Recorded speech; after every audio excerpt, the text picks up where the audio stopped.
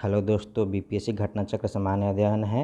आपको यहाँ पर प्रीवियस ईयर के सारे क्वेश्चन मिलेंगे। यह प्राचीन भारत का इतिहास है।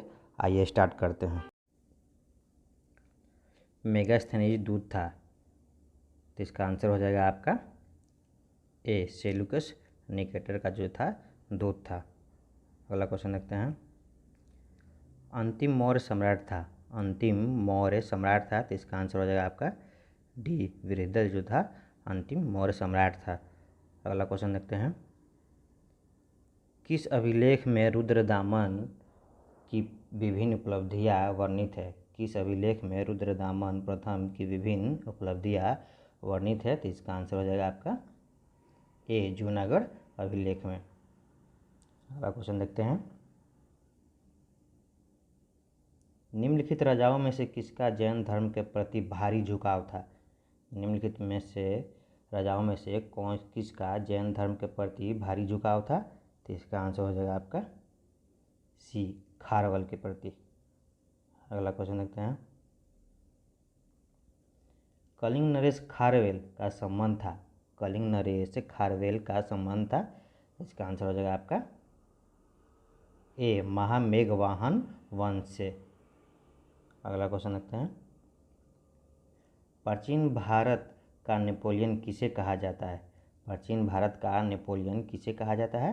तो इसका आंसर हो जाएगा आपका डी, समुद्रगुप्त को प्राचीन भारत का नेपोलियन कहा जाता है। अगला क्वेश्चन देखते हैं।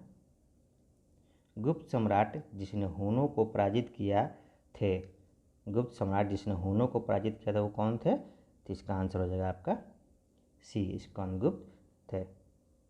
अगला क्वेश्चन देखते हैं। किस प्रकार की भूमि को अपरहत कहा जाता था? किस प्रकार की भूमि को अपरहत कहा जाता था?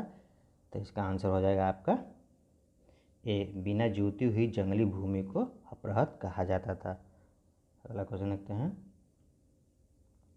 चीनी यात्री सुंगयुंग ने भारत की यात्रा की थी, चीनी यात्री सुंगयुंग ने भारत की यात्रा की थी, कब की थी? तो इसका आंसर हो जाएगा आपका ए, 515 ईसा से 520 ईसा पूर्व के बीच है। अगला क्वेश्चन देखते हैं। हर्षवर्धन के शासनकाल में किस चीनी यात्री ने भारत की यात्रा की थी? हर्षवर्धन के शासनकाल में किस चीनी यात्री ने भारत की यात्रा की थी? तो इसका आंसर हो जाएगा आपका बी, हेनसेन के शासनकाल में। अगला क्वेश्चन देखते हैं। कलहन की पुस्तक का नाम क्या है? कलहन की पुस्तक का नाम क्या है? तो इसका आंसर हो जाएगा आपका डी, राजतरंगिणी। अगला क्वेश्चन देखते हैं। उदंतपुरी शिक्षा केंद्र निम्न में से किस राज्य में अवस्थित था? उदंतपुर शिक्षा केंद्र निम्नलिखित में से किस राज्य में अवस्थित था? तो इसका आंसर हो जाएगा आपका बी, बिहार में स्थित है। अगला क्वेश्चन देखते हैं। कर्नाट वंश का संस्थापक कौन था? कर्नाट वंश का संस्थापक कौन था? तो इसका आंसर हो जाएगा आपका ए, नान्यदेव जो थे कर्नाट वंश के संस्थापक थे। अगला क्वेश्चन देखते हैं। कर्नाट वंश का अंतिम शासक कौन था? कर्नाट वंश का अंतिम शासक कौन था? तो इसका आंसर हो जाएगा आपका ए, हरि सिंह जो थे कर्नाट वंश के अंतिम शासक थे। अगला क्वेश्चन देखते हैं। किस काल में अछूत की अवधारणा स्पष्ट रूप से उद्धृत हुई थी? किस काल में अछूत की अवधारणा स्पष्ट रूप से उद्धृत हुई थी? तो इसका आंसर हो जाएगा आपका डी, धर्म शास्त्र के समय जो थी उद्धृत हुई थी। अगला क्वेश्चन देखते हैं। कनिष्क के शासन काल में बौद्ध सभा किस नगर में आयोजित की गई थी? कनिष्क के शासन काल में बौद्ध सभा किस नगर में आयोजित की गई थी? तो इसका आंसर हो जाएगा आपका सी, कश्मीर में आयोजित की गई थी। अगला क्वेश्चन देखते हैं। भगवान बुद्ध के महापरिनिर्वाण के बाद पहली बौद्ध संगीति हुई थी? तो इसका आंसर हो जाएगा आपका ए, राजगीर में हुई थी। अगला क्वेश्चन देखते हैं।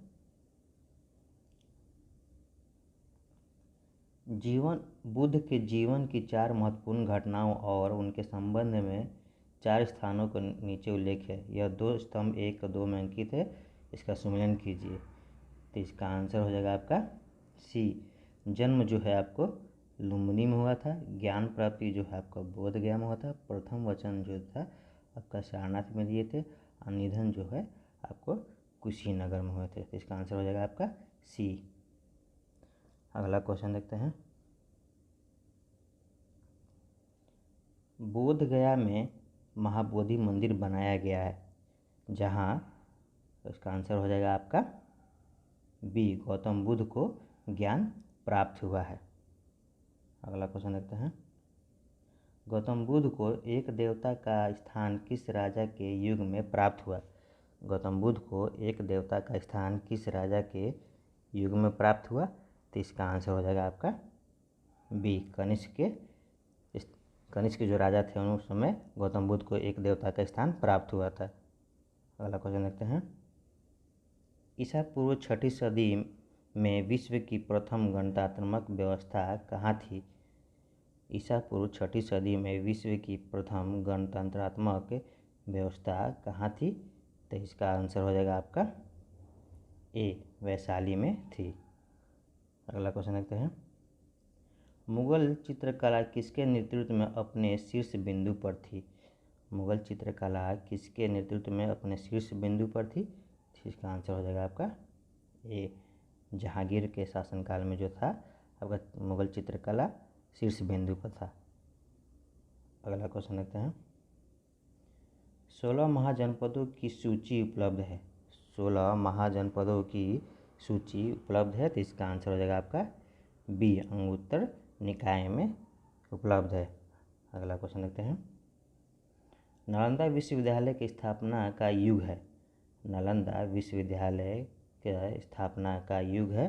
तो इसका आंसर हो जाएगा आपका सी, गुप्त। अगला क्वेश्चन देखते हैं।